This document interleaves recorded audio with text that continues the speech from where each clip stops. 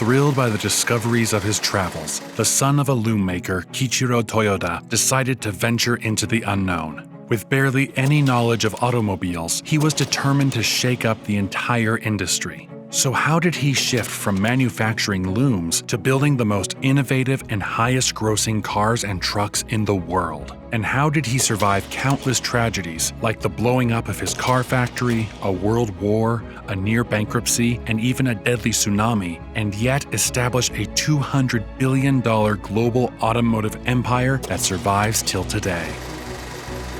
It all began with Sakichi Toyoda, the man famously known as the king of Japanese inventors and the founder of the Toyota Industries Company, was born on February 14, 1867. His father, Ikichi, was a carpenter, and he intended to pass the knowledge of carpentry to his son, but Sakichi was interested in something else: industrial inventions.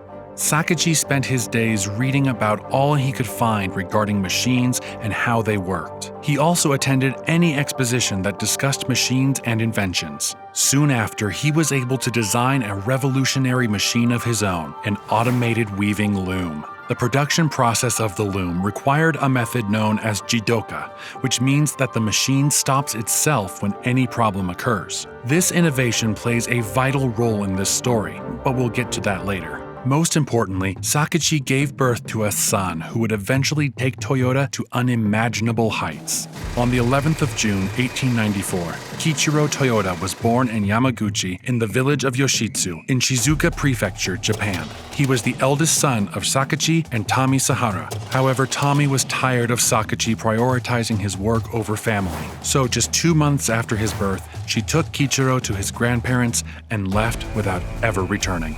Sakichi was very particular about education, so Kichiro attended top schools and, just like his father, he performed tremendously well. Due to his father's influence, he later went to study mechanical engineering at the Tokyo Imperial University. After earning his degree in 1920, he stayed back to study law, but 6 months later, his father asked him to help out with the family's company.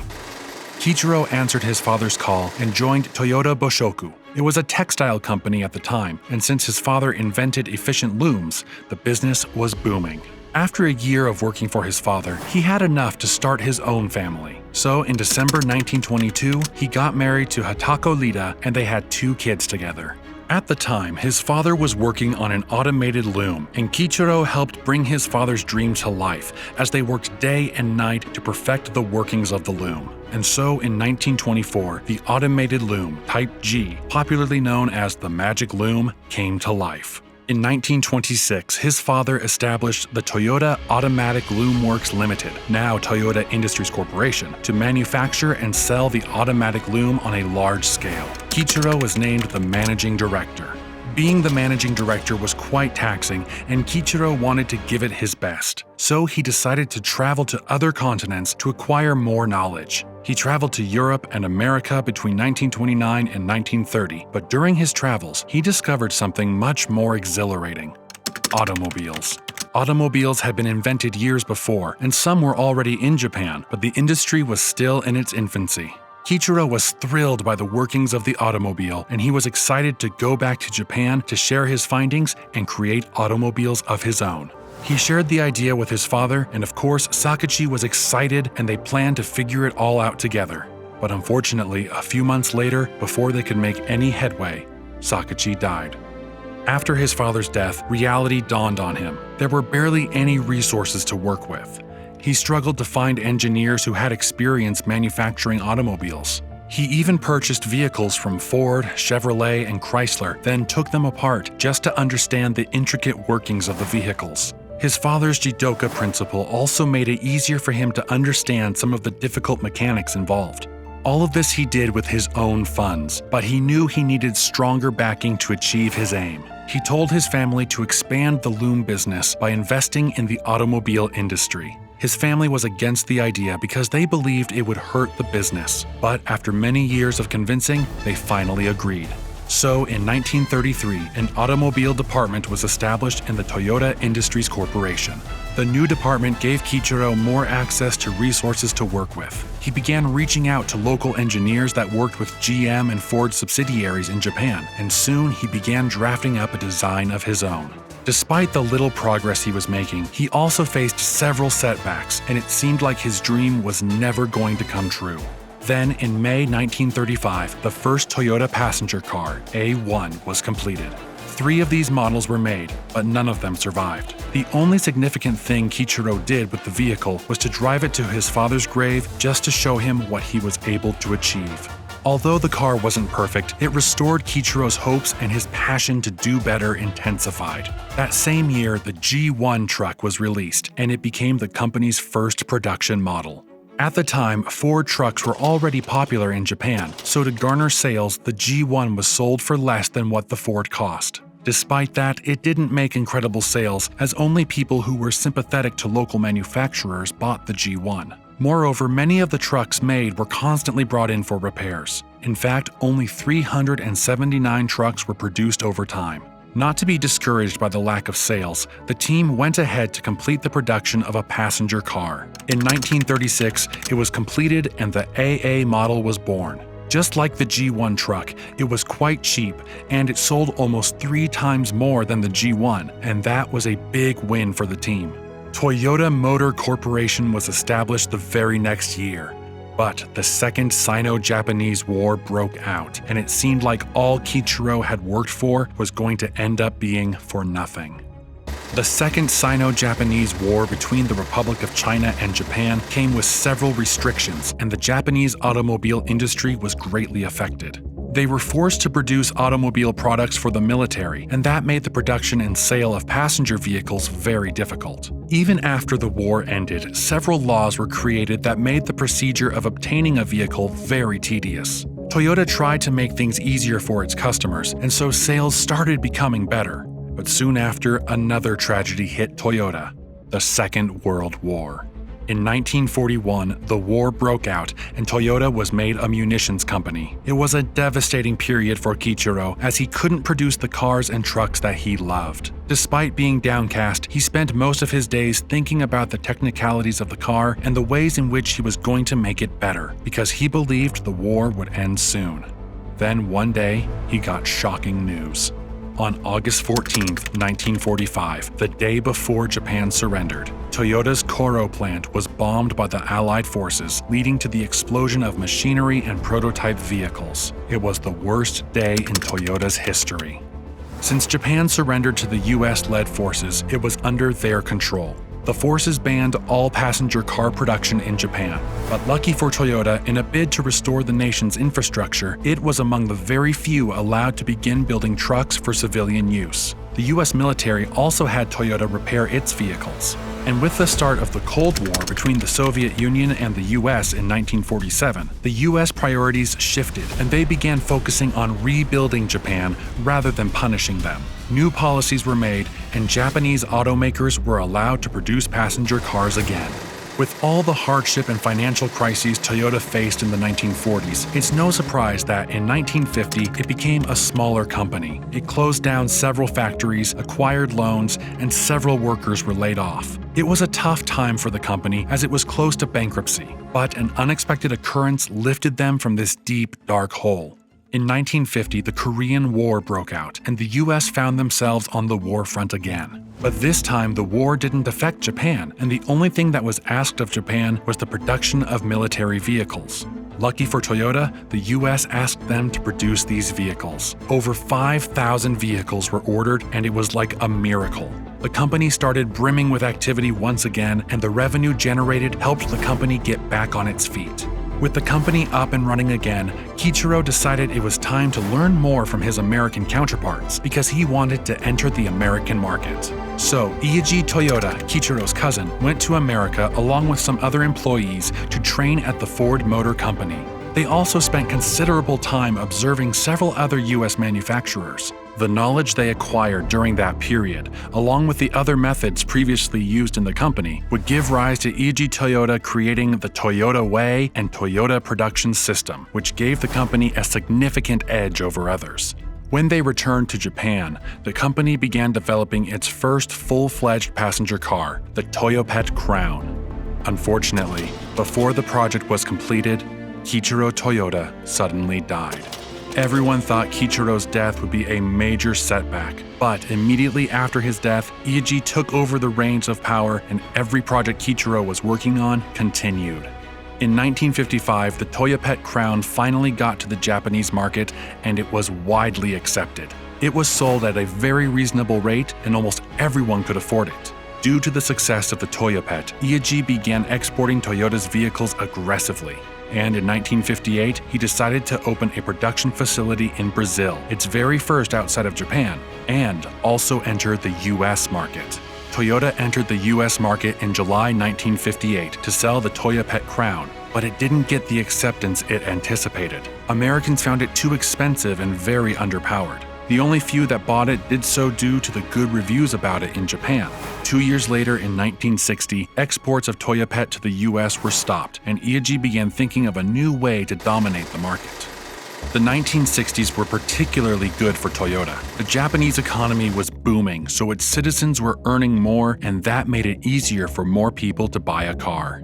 Toyota took advantage of this period and added several economical cars to sell around the world. It developed ties with Europe and Australia and soon became a major exporter of vehicles to those continents. In 1964, the Toyota Corolla was introduced, and it soon became the best-selling passenger car of all time, even surpassing the famous Volkswagen Beetle in sales. Currently, over 50 million Corollas have been sold. Due to the success of the Corolla, the company decided to re-enter the American market in 1965 with another model called Toyota Corona. This model was redesigned with a more powerful and fuel-efficient engine to suit the taste of Americans. This car gained wide recognition, and due to its success, Toyota started making a name for itself in the US. By 1966, 20,000 units of Toyota vehicles were sold in America, and in 1967, the company became the third largest imported brand in the country.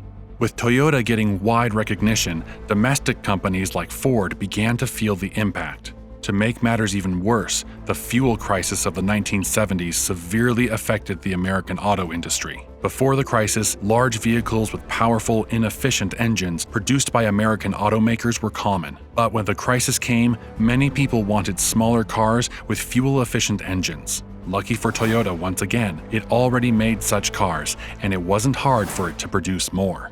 And in 1975, Toyota became the #1 importer to the US, dethroning the German manufacturer Volkswagen.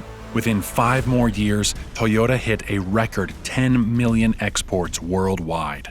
Many auto manufacturers like Ford, General Motors, and Volkswagen were forced to ask for the secret behind Toyota's success and came for training at its production facilities. Soon, Ieiji's Toyota production system and other manufacturing methods were being used by other manufacturing companies all over the world.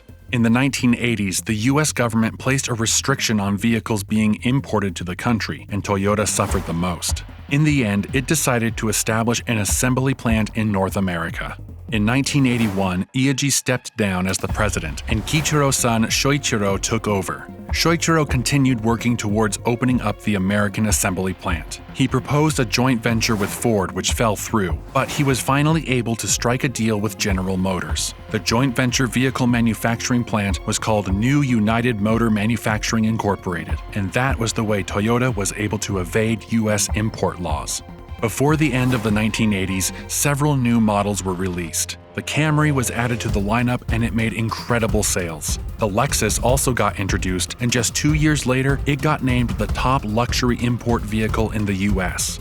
Year in and year out, new models rolled out of Toyota's production facility, and they all came with state-of-the-art features. The RAV4 and Toyota Avalon came in the 90s, but a notable addition of the 90s was the hybrid vehicle Toyota Prius. The Prius was something entirely new and different. The fuel efficiency of the vehicle as well as its innovative technology made it quite attractive, and it would later become the best-known and best-selling hybrid around the globe.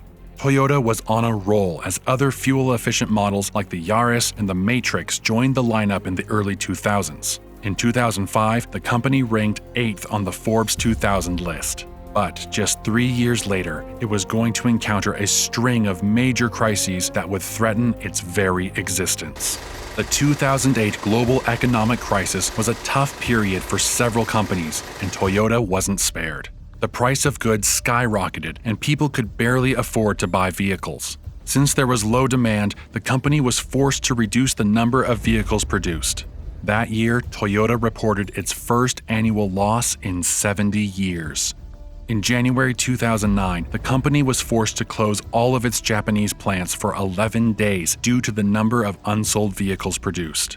Between 2009 to 2011, the most peculiar thing happened. 9 million Toyota vehicles were returned after there were reports that several accidents occurred due to the vehicles accelerating on their own. The unintended acceleration was due to the floor mat sliding into the foot pedal well. At least 37 people died from the crashes, and several more were injured. Toyota was sued and had to pay $1 billion to settle a class action lawsuit and $1.2 million criminal penalty charges to the U.S. government for concealing the safety defects. During that same period, Toyota got hit by a natural disaster. The 2011 Tohoku earthquake and tsunami in Japan destroyed several production plants. The severe flooding in Thailand also affected Toyota, which chose the country as a production base. About 150,000 units were lost to the tsunami, while 240,000 were lost to the floods. Despite all the challenges of 2008 to 2011, it resumed production of vehicles and took conscious steps to return to the top. By 2014, it was on top of the global automobile sales chart, but Volkswagen was close behind. Subsequent years were a bit rocky, and the company lost its leadership position. But in 2020, it reclaimed its position again as the largest automaker in the world. Despite the pandemic, the company sold 9.5 million vehicles that year. However, the next frontier in automotive technology was already here. Tesla had begun dominating electric vehicles. Although Toyota was already deeply invested in hybrid vehicles, it decided not to venture into fully electrified vehicles at first. But being a company of innovators and revolutionaries, Toyota wanted to do something different and came up with hydrogen fuel cells. Toyota began the production of the Mirai, but when the plan was revealed, Tesla's CEO Elon Musk called the idea of hydrogen fuel cells, quote, incredibly dumb and mind-bogglingly stupid, unquote. So imagine its surprise when the company found out that Tesla would also use hydrogen cells in a subsequent model. This has caused a rift between the two companies, and it's now down to who would make the better hydrogen vehicle, both being widely anticipated in 2023. Toyota eventually also decided to make a shift to electric vehicles. It has now committed $70 billion to electric and pledged to launch 30 new electric vehicles by 2030. Toyota has come to dominate the automobile market through sheer grit, determination, and countless industry-first innovations over the last 100 years. But do you think it will be able to produce an electric vehicle better than a Tesla and dominate the electric race? What's your favorite Toyota car? Comment below and let us know.